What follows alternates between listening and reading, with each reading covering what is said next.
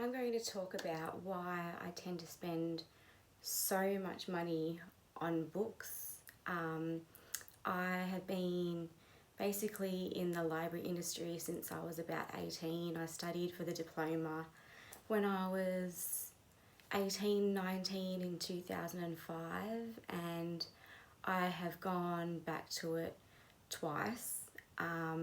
So currently working on Certificate 3 Library and Information Studies with North Metropolitan TAFE, and it's online, and I only have to do working effectively with others, which is to do with teamwork.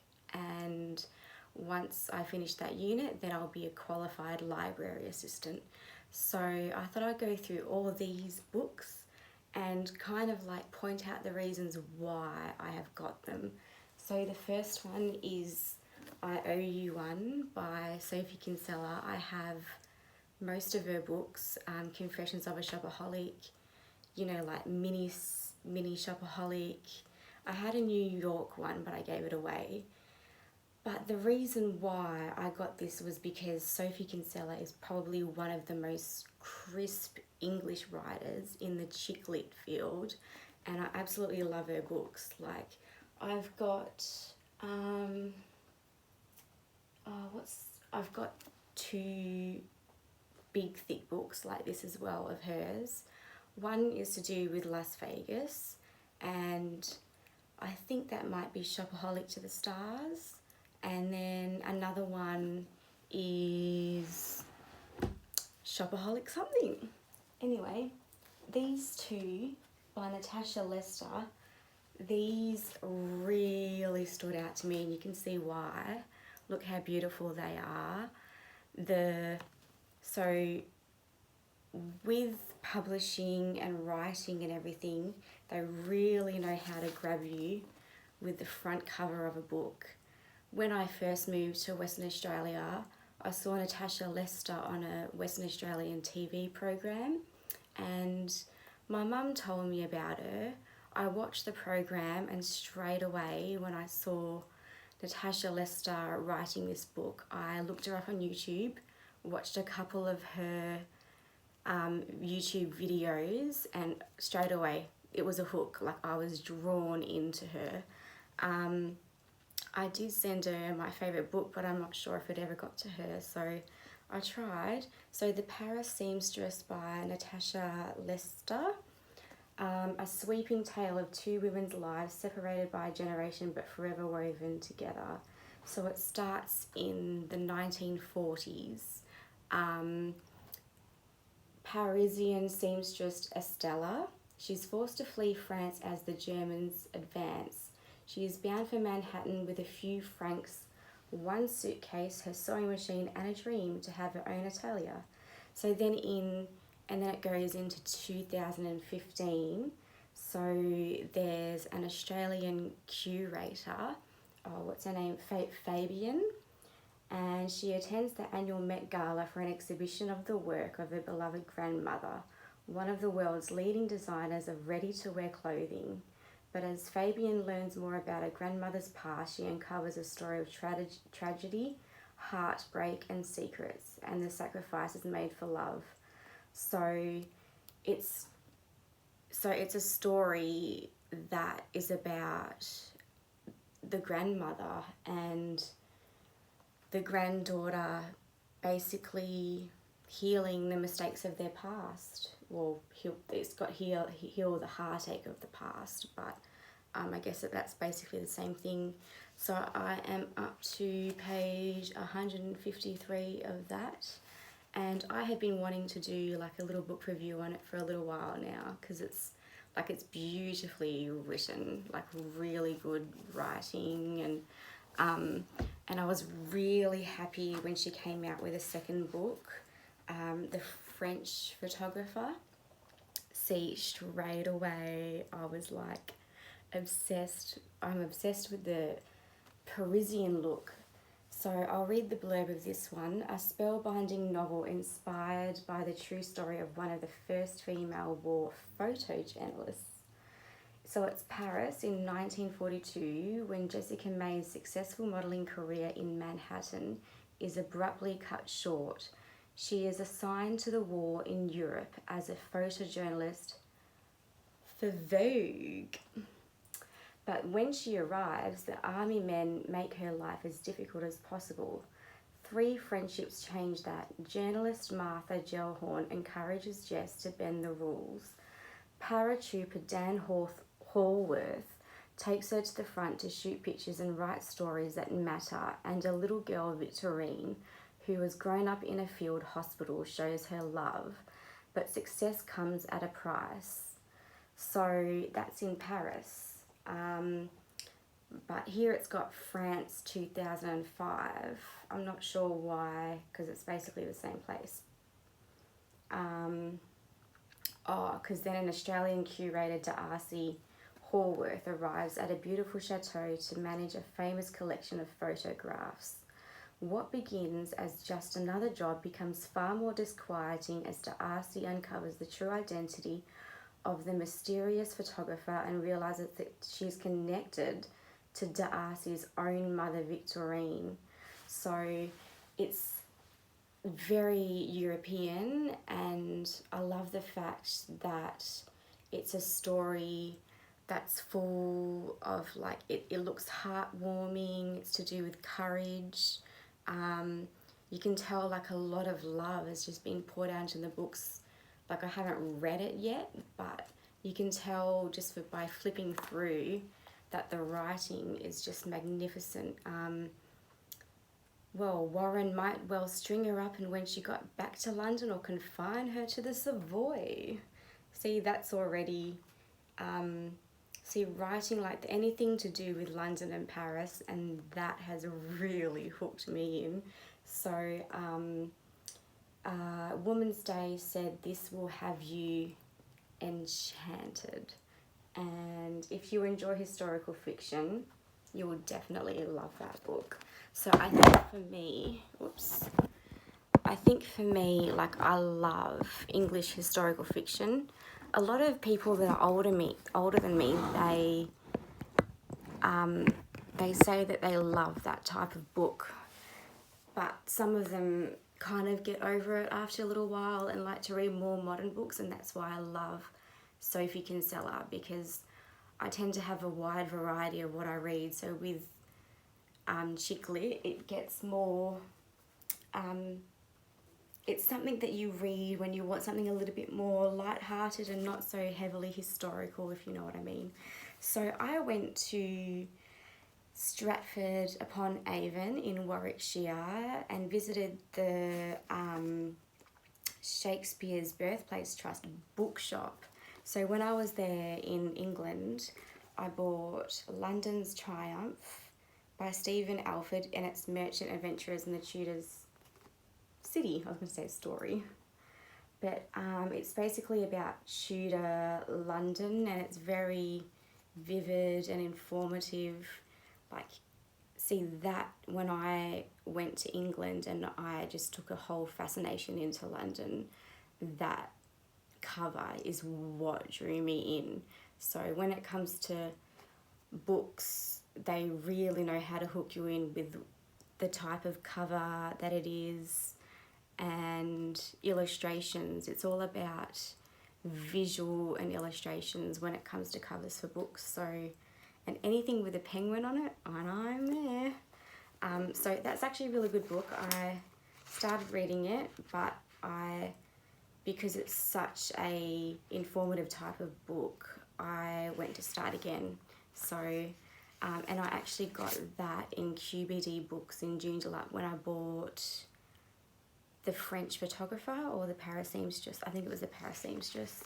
So that originally was for the Paris book, of course. So, yeah. And then also at the Shakespeare's Birthplace Trust bookshop, I got a Shakespeare book. I'd never had like a beautiful book like that before, and I just thought that is just stunning. Henry V, I'd never had it before, and I'd never read it, so I thought I'd get something a little bit different, because it's about, you know, King Henry when he waged war on France. it says here, tainted by his family's past crimes and with enemies among his own men, he must face the difficulty, responsibilities of kingship, united his country and roused his troops to battle at Agincourt. So it's a heroic coming-of-age story and a work of stirring patriotic oratory. So someone called Jonathan Bates said, at one and the same time, the greatest of all works of English patriotism and searing critique of warfare. So this was actually in special collaboration for that Shakespeare's Birthplace Trust bookshop to celebrate his legacy. I walked into the house and I personally thought it was a little bit dark and eerie, but I mean, like, that's the time period, and that's what it would be like anyway. So, but I still really enjoyed the history behind it. You probably know already my favourite book is The Governess of Highland Hall by Kari Taransky. I have bought literally several copies of this book. So I do book club at Kingsley Waldex. It's like a plant nursery cafe here in Western Australia. And this is just beautifully written, and I actually sent it to Kate Middleton and got a reply back, and she said she was very touched to hear, she was very touched that I sent her a gift. So that's a very special letter that I've got hidden somewhere. I think it's over on my drawers. But so what happens in this book is this character, Julia, she's a missionary, and she's helping these young girls in India.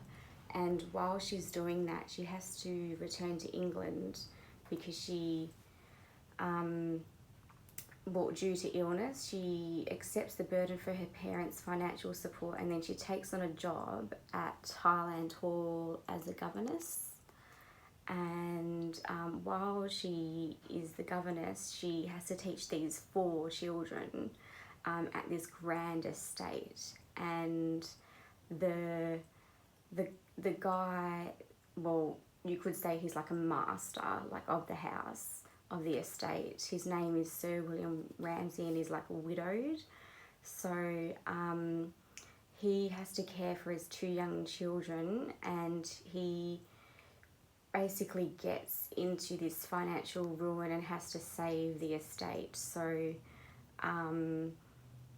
it's through Julia that there's just this transformation of the household. Like, you can see the conflicts that happen throughout the story, and like, it's really beautifully written, but when the conflict comes, you can see how, what would you call it? Because she's a Christian, she has this prayer life and strong faith.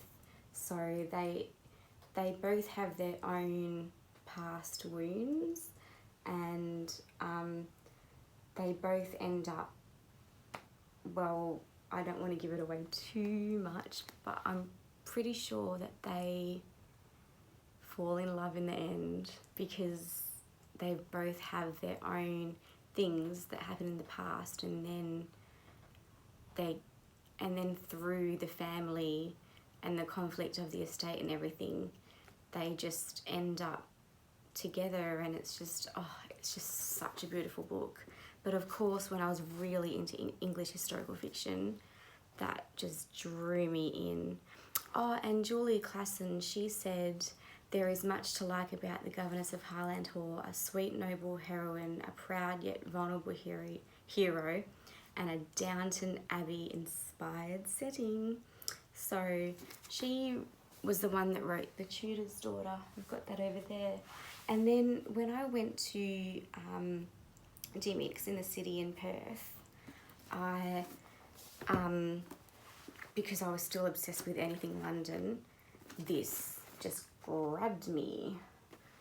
But I have only gotten up to page like 68, 69, but I'm not so much into the writing style as all these other books, I think. So that's how people make you spend money on books. It's the covers and the topic and anything that you're interested in.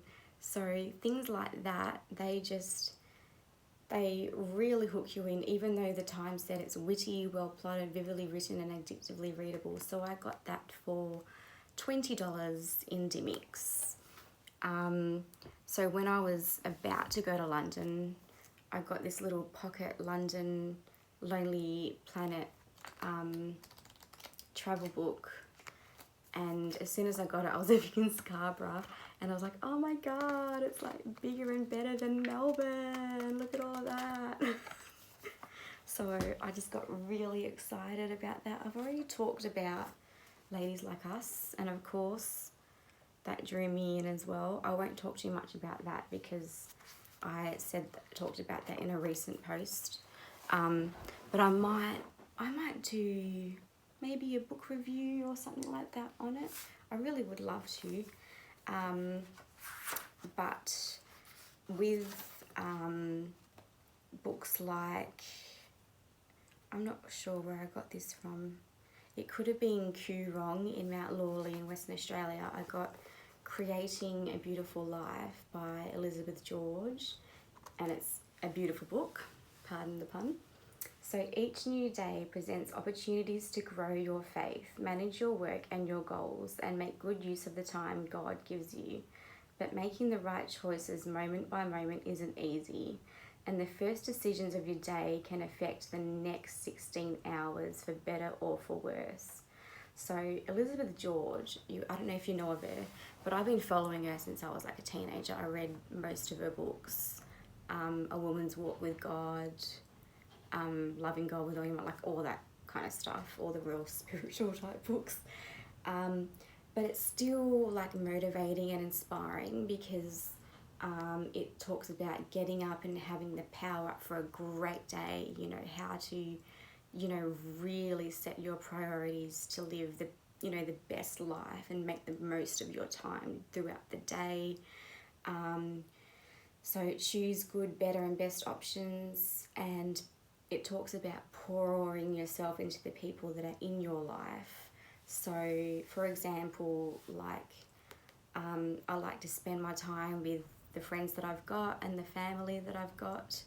And so, yeah, it basically just teaches you how to lead a very productive life. And I love it.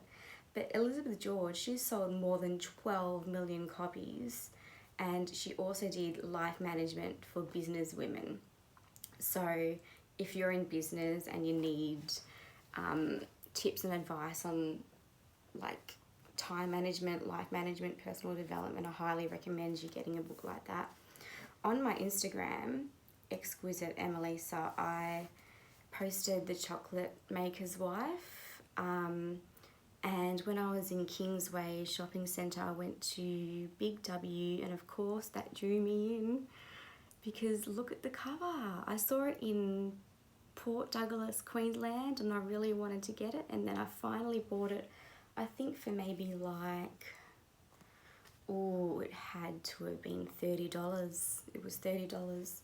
So when Rosamund Tomkins enters the world, she is so different, with her darkling eyes and strange laughter, that the midwives believe she will lead a charmed life.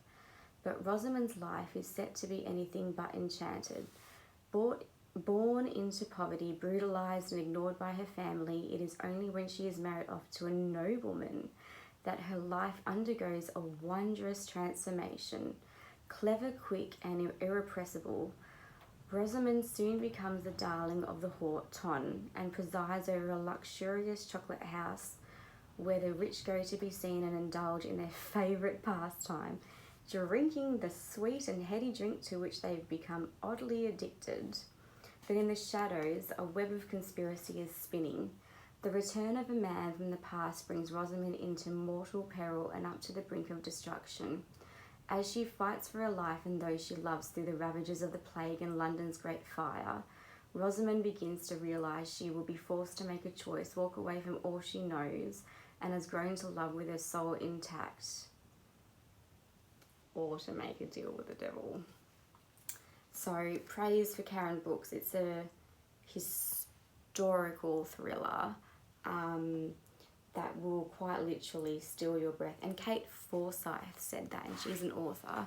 I don't know if you've read any of her books. I have a couple of hers that I bought in Scarborough for like $5. And meticulously researched and historically compelling by Australian Books and Publishing. So, where am I up to on there? I am up to page 20, and look at my bookmark.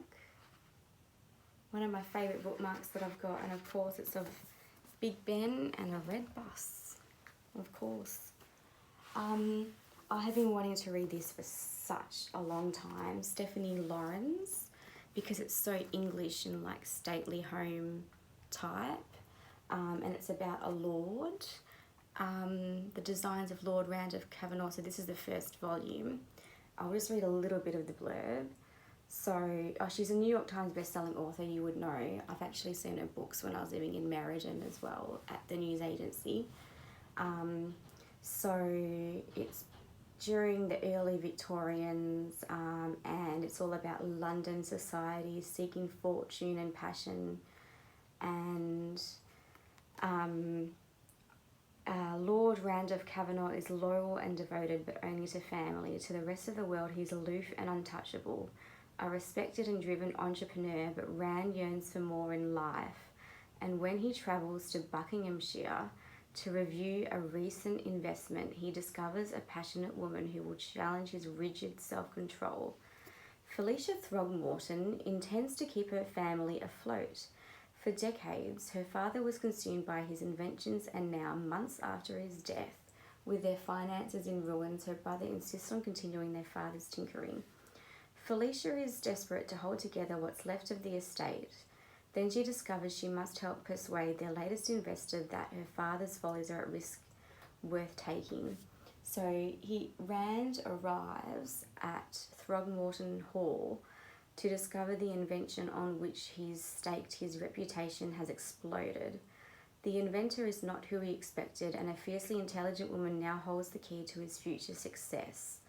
But unflinching courage in the face of dismaying hurdles is a trait they share, and Rand and Felicia are forced to act together against ruthless foes to protect everything they hold dear. So, with the whole estate, it just looks like a beautiful, very Englishy historical fiction type book, and of course with me it was the red lipstick and the pearls and the dress that really drew me in, and then that stately home. So of course I had to buy it. I probably bought it for $20-$25 when I was at Big W. In Mount Lawley there was an Oxford Street bookstore, but it's not there anymore, sadly. But I got the Lost Tudor Princess from there for about $30. So who was it? Alison Weir. Yeah, she's one of the most famous historians that you'll ever know when it comes to royal type books. So the New York Times said she's a meticulous scholar, where she sincerely admires her subject, doing honour to an almost forgotten queen. Linda Porter at the Literary Review said the great asset of this book is the combination of the political and the personal. She is a fine writer with a wonderful gift for description, and someone at the Sunday Times, she definitely has an eye for detail because it's so in-depth. I haven't even read the whole thing. I've got up to page 91, and I'd love to get through the entire thing, but it's actually got a lot of pictures, so all that.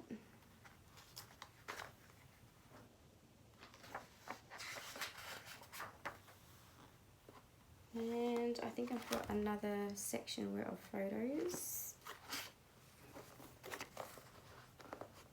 It's got all different photos of all the different people that they talk about.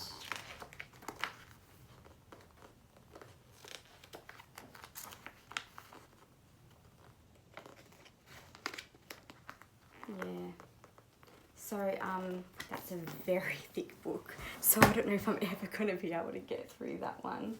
I'm not going to talk too much about this because this isn't like a huge deal for me, but I do love Nancy Moser books. This is Mozart's sister. It's a good blurb, and it's an exquisite novel to do with 18th century Vienna. So, but I do want to talk about Nancy Moser because I've always found her really interesting. She's done, like, because this is like a historical story, but she's also done contemporary as well. The one that I loved, what was it called? Something about a suitor. The Suitor's Wife, I think, or something. I'll have to find it and maybe do that in an extra YouTube video. So she has a degree in architecture. She's travelled throughout Europe. She's performed at theatres, symphonies and choirs. And yeah, I love how it says she is a fan of anything antique, humans included. So yeah, that looks like a really good book, and I would definitely read that when I get the time. I bought this online. It could have been through Booktopia maybe. Jane Austen at Home. It's a biography by Lucy Worsley. I do know a girl in the UK. She works for the National Trust, and she had a photo with Lucy, and I was like, that's so cool. But it's just a telling of a story of Jane Austen's life and how and why she lived as she did. And it examines the places that mattered to her. I love how it says it wasn't all country houses and borings, but a life that was often a painful struggle. So Lucy, she reveals a passionate woman who fought for her freedom. A woman who, far from being a lonely spinster, in fact, had at least 5 marriage prospects, but who in the end refused to settle for anything less than Mr. Darcy. So I find Lucy Worsley so fascinating, and I follow her on so many different like social media accounts because she's not just a historian. She's an author, curator, television presenter. She read history at New College in Oxford. Oh, she worked for English Heritage, and I love that website. I'm like obsessed with that website. And then she was the chief curator at the charity Historic Royal Palaces, and I love that website too. I remember walking right past it when I was in England, and she presented history programs for the BBC, and I love anything BBC. And then she wrote like several books, so she's really well known in the UK, so you probably would know The Last Dance by Fiona McIntosh. So I think this might be, it's very similar to Downton Abbey, and of course the reason why I got it was because it was to do with London. It's about a family that is wealthy in Sussex, and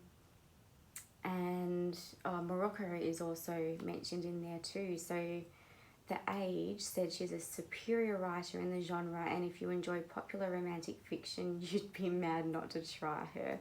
So that's on my reading list for sure. So you can see why I've got so many books, and it's usually covers and blurbs, what they're about, where they're based is definitely the reason why I buy them. And the reason why I got this was because it was another Paris type book, 60 Summers. So this is the lady that wrote The French Perfumer. Let's Walk the Champ Elysees, arm in arm again. It's not just about the places and memories, it's about the three of us making that journey together again, rediscovering ourselves.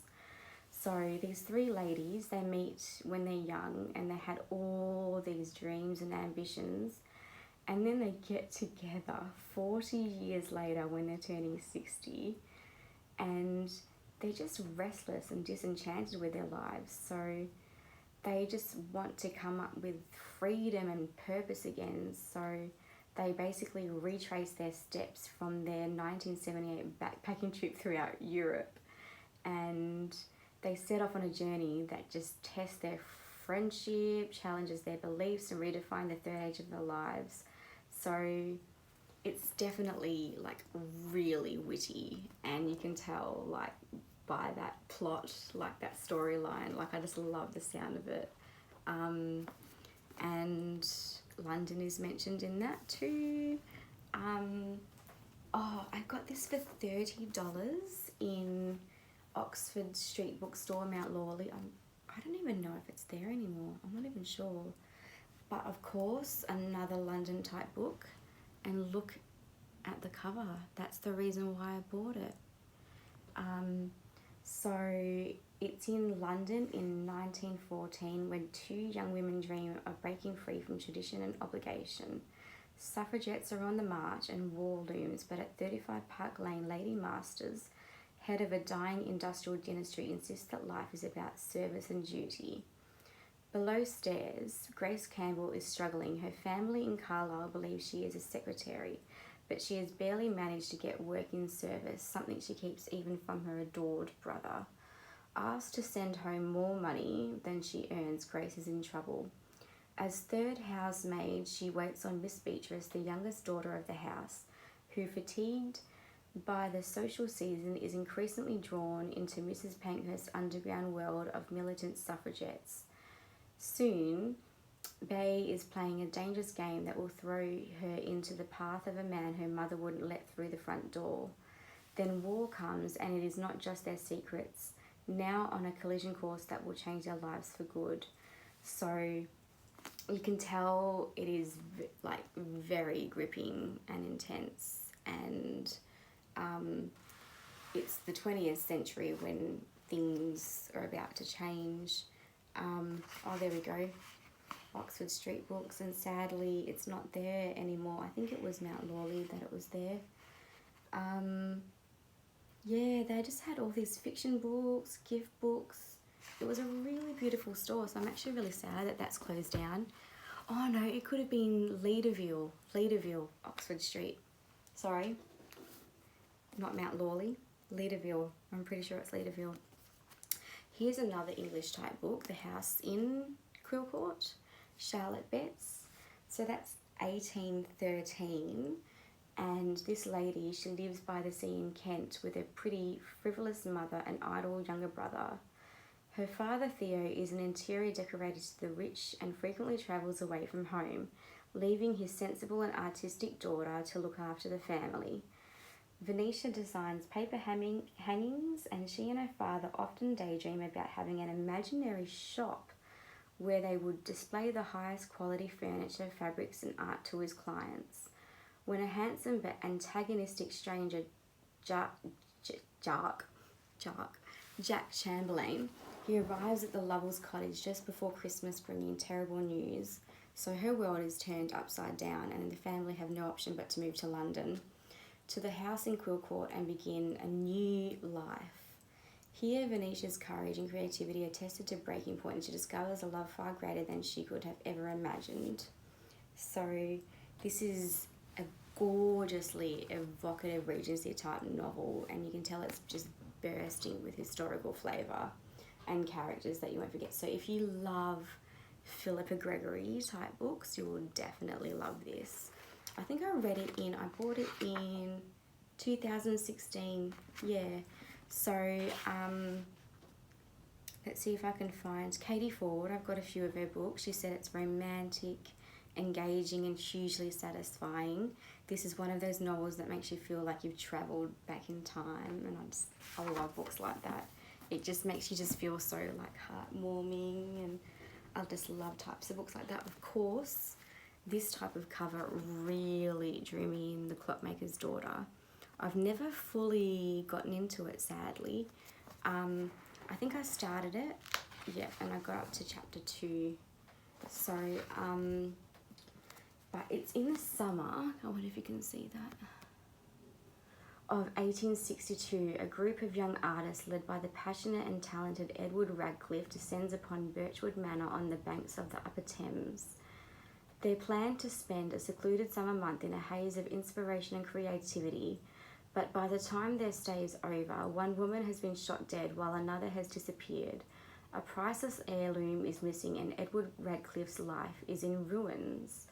Over 150 years later, Elodie Winslow, a young archivist in London, uncovers a leather satchel containing two seemingly unrelated items: a sepia photograph of an arresting-looking woman in Victorian clothing, and an artist's sketchbook containing the drawing of a twin gabled house on the bend of a river. Why does Birchwood Manor feel so familiar to Elodie, and who is the beautiful woman in the photograph? Will she ever give up her secrets? So, it's a story of mystery, thievery, art, love, and loss. And I think there's another story called The Clockmaker's Daughter, so you got to be careful not to get them both mixed up. This is the one by Kate Morton. I've got a few of a book. A friend in the UK sent me a book of hers, and I've also got The Secret Keeper, I think is what it's called. This totally drew me in when I started getting more interested in English type books. The Tea Gardens, because I love the first chapter how, there's a prologue, but I love how it was nearing Christmas and I was taking a stroll with my father through the sprawling royal park of Kensington Gardens to the northeast. It mentions Royal Albert Hall, Royal College of Music. We lived in South Kensington, which was both fashionably envied by the social climbers and yet perhaps not as highly aware of itself as Belgravia and Knightsbridge. I grew up in a small enclave called Kensington Gate. So when I first started reading the first chapter, it was just such beautifully written. It really drew me in. For example, the developer had arranged 2 terraced groups of homes in the Italianate style that is not overtly showy, but leanly elegant with stucco fronts. It was only the entrance porticos supported on Ionic columns that added the lustre of grandeur. So, and then the terraces overlooked a central closed garden, which was a private park for our neighbourhood. So a lively dash of adventure, a sweet pinch of spice, and a dangerous twist of passion. So that just looks like such a beautiful book. Look at it. Stunning. Absolutely stunning. And the reason why I got this book, I went to an author talk in Ashby. So at the Ashby Bar and Bistro, I actually met Rachel Johns, and I'm on Facebook with her. I'm on Facebook with Kari Taransky as well, the one that wrote The Governess of Highland Hall. But I bought this just to support her when I met her, and she was just so lovely. She's on Facebook as Rachel Johns Romance, Twitter at Rachel Johns, and then Instagram Rachel Johns Author. So let me see if I can just put it there so you can see, in case you want to follow her. She's a WA writer, but she's an international best-selling author as well. So I loved this. She wrote me a little note. Dear Emmalisa, so lovely to meet you. Might steal your name for a book. Because she'd never heard my name before. Because Emmalisa is quite unique. There's not many of them out there, even though there are plenty of them in the world at the moment, actually, right now. I didn't even know that. So I'm up to, so it goes through the names, and I'm up to page, so 136, but this is, hang on, is this Australian? So it's about these 4 women. It's, Lost Without You. So there's one dress and the secret that binds them all. So there's a special night, a celebration of new beginnings. This lady Paige, her joy quickly falls away when her mother collapses. Terrified of losing her, she decides she wants to make the ultimate tribute to her parents' perfect marriage. She will wear her mother's wedding dress for her own big day.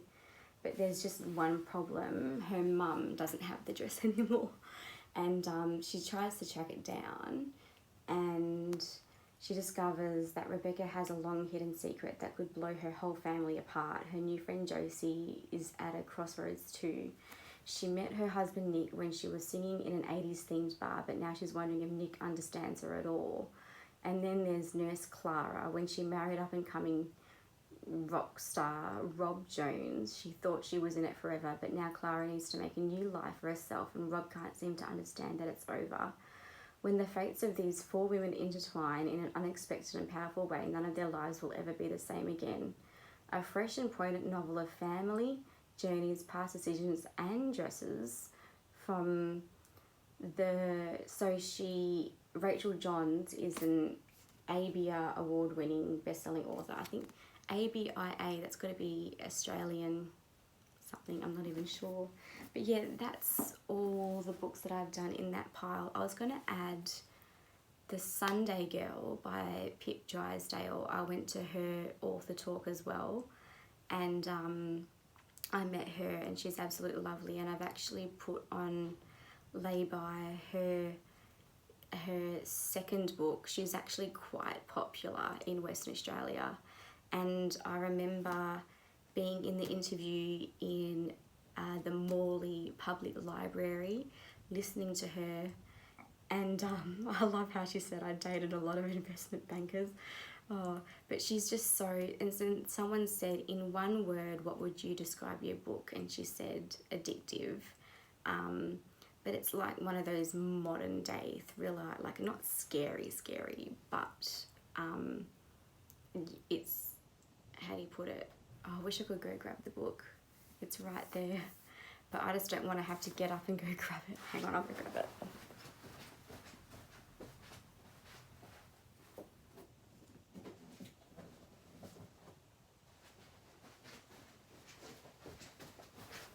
And while I was at it, I grabbed more books. So, oh yeah, I supported her by buying it for $25. And the event was through Dimmicks. So it's, oh, well, I like how they've written it here, with a dash of Bridget Jones in this chilling tale of love gone horribly wrong, and that's very true to the book. It's a pretty good book. Like, I liked it. It's published by Simon and Schuster. So it's this lady that's been involved with a really bad man and then dumped, and she understands what it's like to be broken-hearted, and she's just bent on revenge. So that's good if you like a modern thriller, and it's a guaranteed read. So if you just want a weekend and just relax by the pool, you know, that's just something to read. I bought this for $13 at QBD Books in Joondalup. A lot of people say when they see like Downton Abbey, Pride and Prejudice, Sense and Sensibility, they think of me because I love all the old English stories.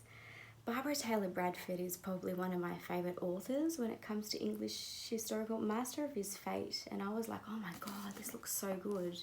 I'm up to page 48, and I love how, you know, the Lady magazine, they said it's basically about a stately home, a dangerous secret, and two families whose fates have been intertwined for generations.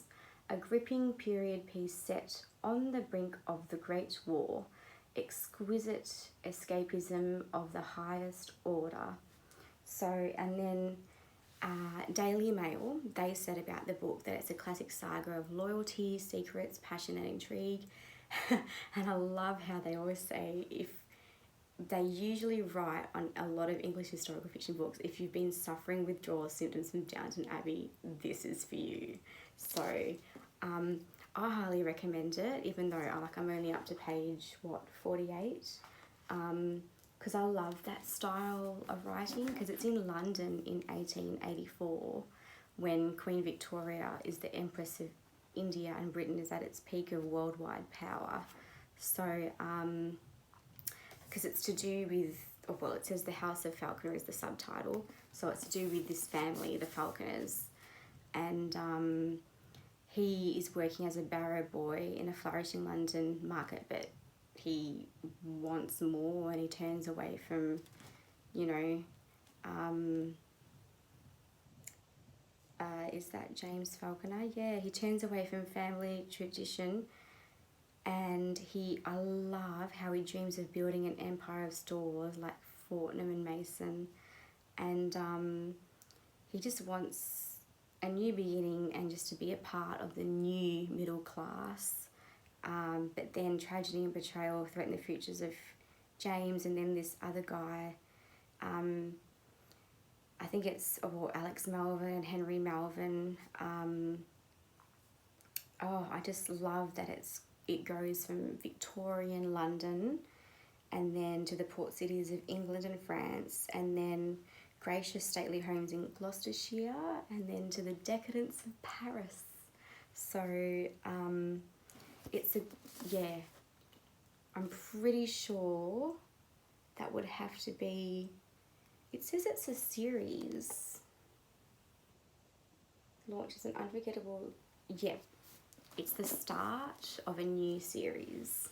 So have a look online. I got this for $13 at the bookstore, QBD Books, Joondalup in Western Australia. So have a look online to see if you can find it. And that's just an absolutely beautiful book. I mean, look at the stately home. That's what drew me in. They always do. Let me see. And then two other books that have always drawn me in are The Little Stranger, that's based in Warwickshire, and that's to do with a family that owns a hall that like over 2 centuries, and then it's in decline and is crumbling. So Hilary Mantel, I don't know who that is. She says it's gripping, confident, unnerving and supremely entertaining. The Times says you'll want to sleep with the light on. So I got that for $20. I'm pretty sure in Dimmicks in Perth City. And then I got A Name Unknown by Rosanna M. White at Coorong in Western Australia, Mount Lawley. I had been wanting to read this for so long. I got it for like $20, but I listened to her book, The Reluctant Duchess, on Audible. It was the most stunning listen of a novel that I had ever heard. Whoever narrated it just made it sound so beautifully stunning, like the way it was presented. It was just beautiful. I absolutely loved it. Because I really do like my books, as you can tell I've done. So I have, so that's A Name Unknown, Rosanna M. White. She wrote A Lady Unrivaled. I read that. But this is the Shadows Over England series. So she also did the Ladies of the Manor series as well. Let's see if I can find any. Right, she finishes her Lady of the Manor series with flourishes of adrenaline, wit and simmering heat, proving again her mastery of historical Christian romance. This conclusion to White's down-to-nest drama will delight readers and sadden fans who have grown attached to such engaging, lovable characters. And Publishers Weekly said that. If you know about Booklist, they said the praise they put for her was the momentum and drama of a modern thriller and the charm and intrigue of an Edwardian upper-class romance. I just really got into all those different Victorian period, Georgian period, Edwardian period. I was really into all those 3 periods. So at that time, I was just like, that's why I was drawn into getting to this book, and it mentioned London and Britain. So, and it's during World War One. So I won't read the blurb because I read quite a few, but I've gone through 1, 2, 3, 4, 5, 6, 7, 8, 9, 10, 11, 12, 13, 14, 15, 16, 17, 18, 19, 20, 21, 22, 23, 24, 25. That is 25 books that I have spent my money on, that you can now know the stories for, and yeah, maybe I'll title it 25 books that I've spent my money on.